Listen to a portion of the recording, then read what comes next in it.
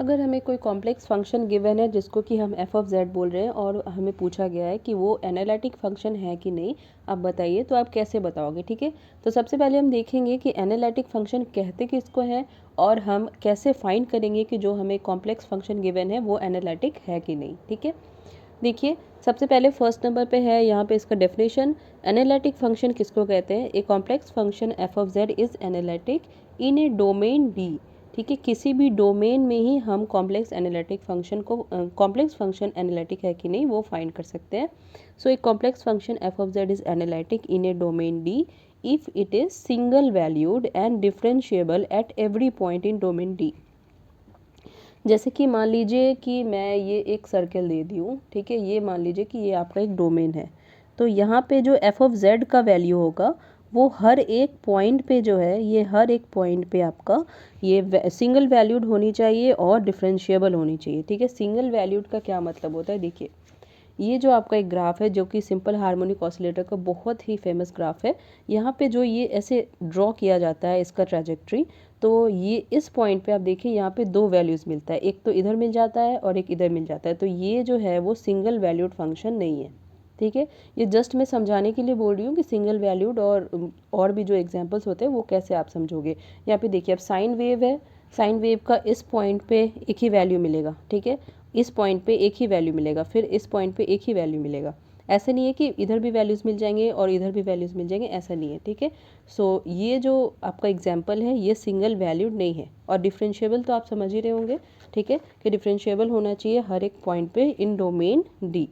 अब हमसे पूछा जा रहा है कि आप बताइए कि complex function F of Z जो है वो एनालिटिक है कि नहीं।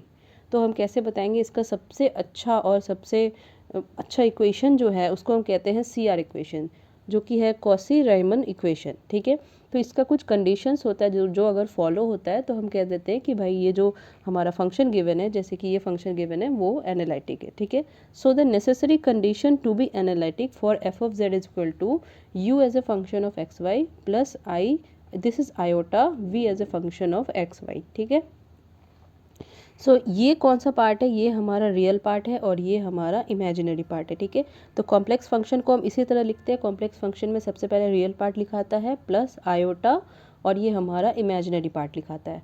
ठीक है, तो ये फंक्शन हमें गिवन है और पूछ रहा है कि आप बताइए कि ये जो फंक्शन है वो एनालिटिक है कि नहीं।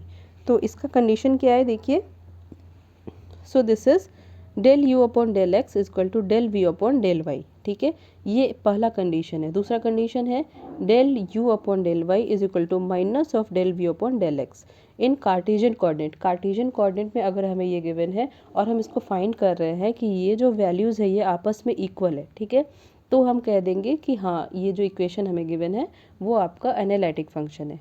उसके बाद देखिए अगर पोलर कोऑर्डिनेट में आपको गिवन है फंक्शन तो आप कैसे फाइंड करोगे? Del u upon del r, r के रिस्पेक्ट में करनी है, ठीक है, is equal to 1 upon r del v upon del theta, theta के रिस्पेक्ट में करनी है। उसके बाद फिर del u upon del theta is equal to minus of r del v upon del r. ठीक है, ये अगर आपका सेटिस्फाई हो रहा है इन पोलर कोऑर्डिनेट तो आप कह सकते हो कि ये जो फंक्शन हमें गिवन है वो एनालिटिक है। अब देखिए यहाँ पे इसका कुछ शॉर्ट फॉर्म्स भी है, नोट पॉइंट में मैं इसको लिख दी हूँ। So if any function depends on z bar then it will not be analytic. ठीक है, अगर कोई फंक्शन में आप z बार देख लो, z का वैल्यू यहाँ पे क्या है? ठीक है, z का वैल्यू है यहाँ पे, this is z is equal to x plus iota y. ठीक है, ये है इसका वैल्यू।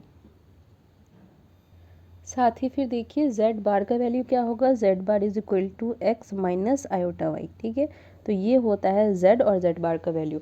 सो कोई भी फंक्शन में अगर आपको गिवन है पूछा है कि एनालिटिक है कि नहीं वो बताओ, ठीक है, तो अगर आप उसमें देखोगे कि ये वैल्यूज़ आपको मिल रही है, ठीक है, z bar, then it will not be analytic. आप देख के ही बोल दोगे कि हाँ ये फंक्शन एनालिटिक नहीं है। ठीक है, so if there are fractional power, अगर z के ऊपर आपको फ्रैक्शनल पावर दिखेगा in complex function then it will not be analytic, तो भी वो फंक्शन एनालिटिक नहीं होगा।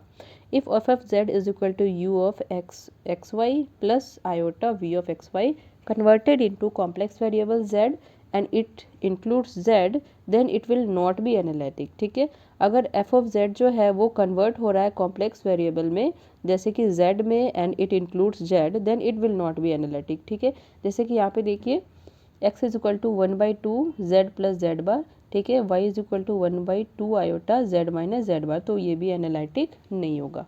सो ये कुछ शॉर्ट फॉर्म से इसका याद रखने के लिए कि फंक्शन हम कैसे कहेंगे कि वो एनालिटिक है कि नहीं, ठीक है।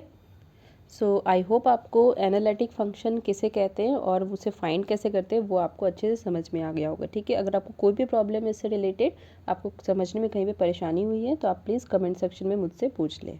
और ये हो गया हमारा वीडियो यहाँ पे कंप्लीट। नेक्स्ट वीडियो में हम लोग और भी इसका जो प्रॉपर्टीज़ है, कॉम्प्लेक्स एनालिसिस के जितने भी फॉर्मूलाज है और जितने भी कॉन्सेप्ट्स हैं वो सब सीखेंगे क्विक रिविजन सीरीज़ में, ठीक है।